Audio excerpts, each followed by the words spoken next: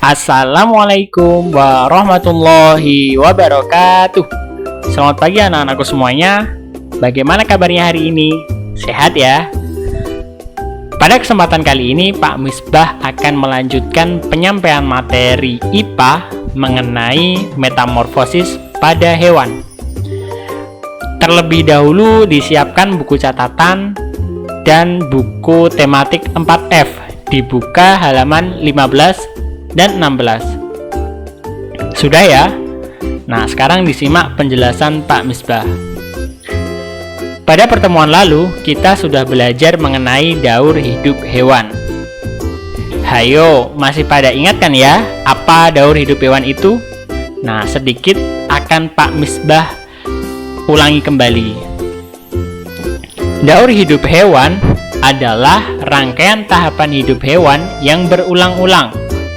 Daur hidup hewan terbagi menjadi dua. Daur hidup hewan tidak mengalami metamorfosis dan daur hidup hewan yang mengalami metamorfosis. Tapi, tahukah kalian apakah yang dimaksud dengan metamorfosis itu? Ada yang tahu apakah yang dimaksud dengan metamorfosis? Nah, mari simak penjelasan Pak Misbah. Metamorfosis adalah proses pertumbuhan hewan yang mengakibatkan perubahan bentuk tubuh dan fungsi tubuh pada hewan. Metamorfosis dibedakan menjadi dua. Yang pertama, metamorfosis sempurna. Yang kedua, metamorfosis tidak sempurna. Metamorfosis sempurna mempunyai ciri dengan adanya perubahan bentuk dan fungsi tubuh hewan yang sangat berbeda selama tahap pertumbuhan. Sedangkan metamorfosis tidak sempurna mempunyai ciri dengan adanya perubahan bentuk dan fungsi tubuh hewan yang tidak terlalu berbeda selama tahap pertumbuhan. Nah, berikut adalah tabel perbedaan antara metamorfosis sempurna dan metamorfosis tidak sempurna.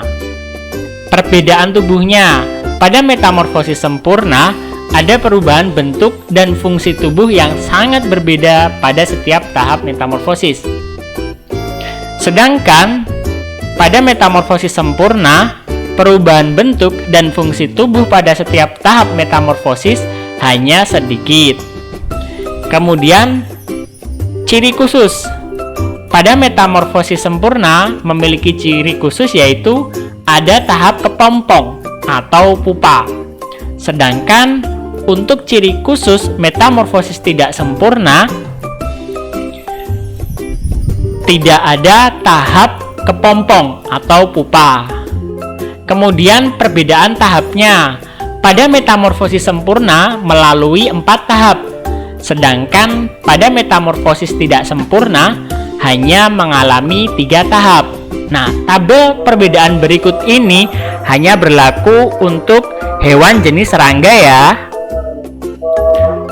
Nah, sekarang kita lihat jenis hewan yang mengalami metamorfosis sempurna. Nah, hewan apakah ini? Kupu-kupu. Nah, kenapa kupu-kupu dikatakan sebagai hewan yang mengalami metamorfosis sempurna?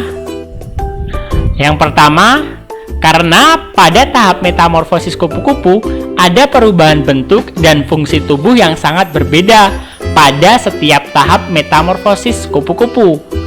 Nah, dari mulai telur bulat-bulat, kemudian berubah menjadi ulat, dari ulat berubah menjadi kepompong, dari kepompong berubah menjadi kupu-kupu. Nah, ciri yang kedua adalah ada tahap kepompong atau pupa nih. Bisa diamati ya.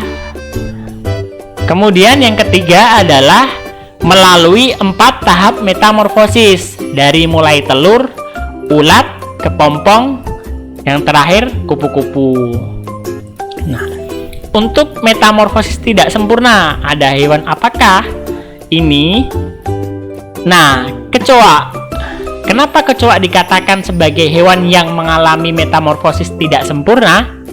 Nah, yang pertama, karena perubahan bentuk dan fungsi tubuh pada setiap tahap metamorfosis hanya sedikit.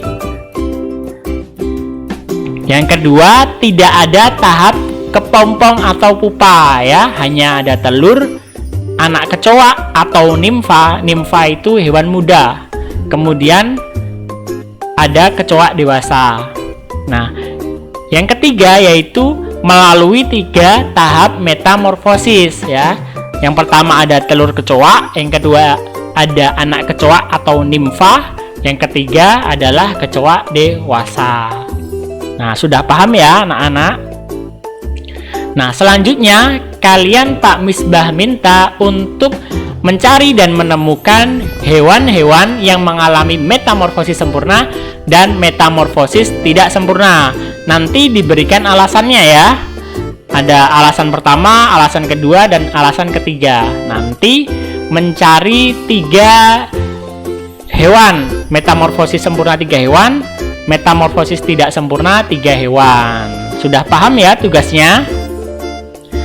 Terima kasih, semoga Allah berikan kemudahan pada kalian. Wassalamualaikum warahmatullahi wabarakatuh.